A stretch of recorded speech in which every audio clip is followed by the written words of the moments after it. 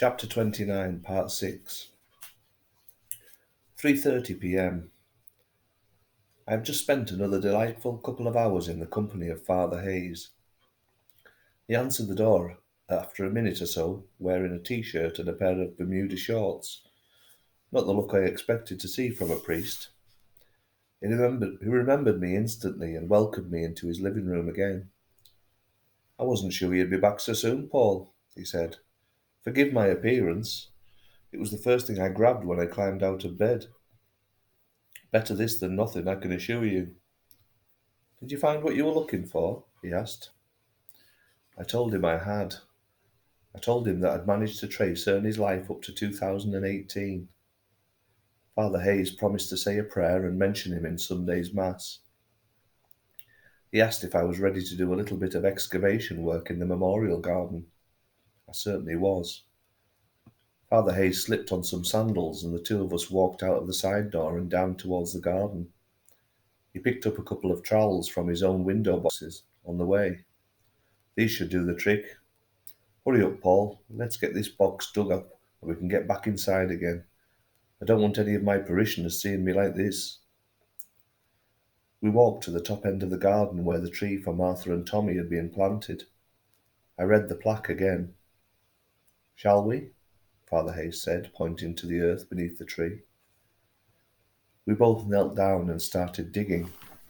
The soil was wet and heavy from days of rain, but it didn't take long for the trowels to hit the tin. We dragged it out between us. It was a fair size and quite heavy too. There was a handle on each side. We both grabbed one and pulled it out of the ground. "Any idea what's in here?" he asked. "None at all," I replied.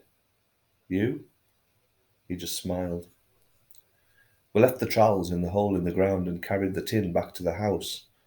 Around the back, he had a hose on the wall and used it to wash off the dirt and excess soil. It was sealed by a silver padlock, but the key dangled down beside it. Ernie never meant for it to remain sealed forever. We took the box into the kitchen and placed it on the table.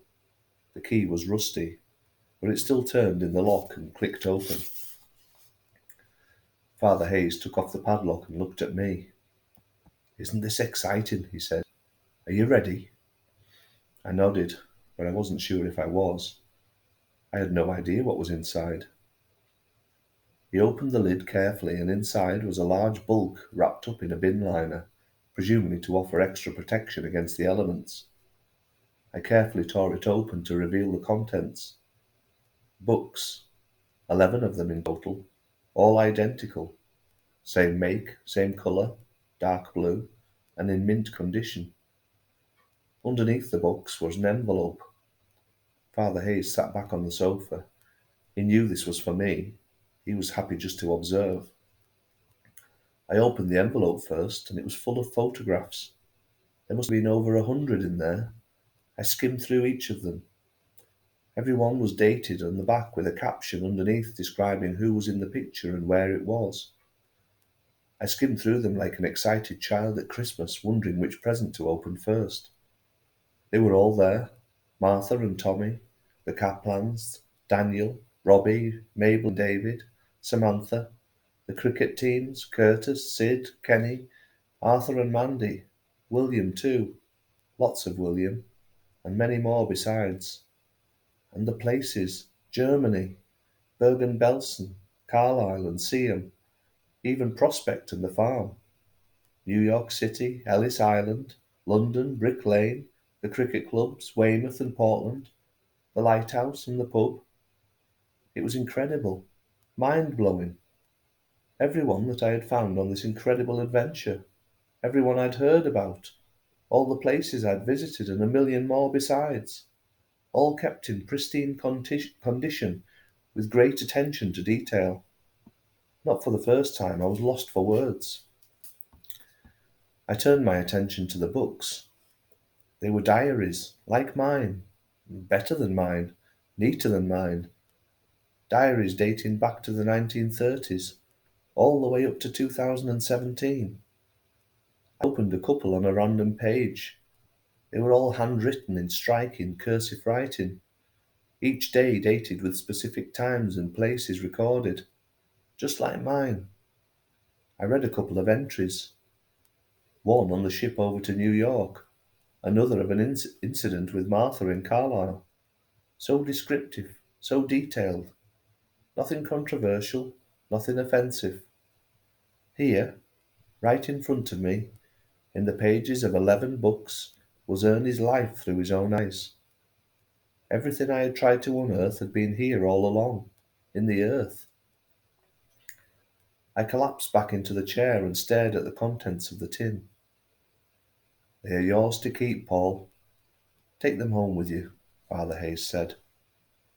He gave me an old carrier bag to put them in, and we shook hands at the door. He wished me well, and said he would say a prayer for me too. I thanked him for his help and support, and even for the old carrier bag. From the church, I walked back down the hill towards the city centre, carrying this precious cargo. Along the way, I watched people, young and old, going about their daily lives, unaware of the precious contents of the carrier bag I was holding. What was in their own bags, I wondered. I'll never know. I walked back through Colgate and up towards the castle, turning right and into the cathedral grounds, and pausing to sit on the old town hall steps, just to reflect. I was in a daze. What a lovely way to end this quest. Ernie could rest in peace, and so could I. It was time to get on with the rest of my life.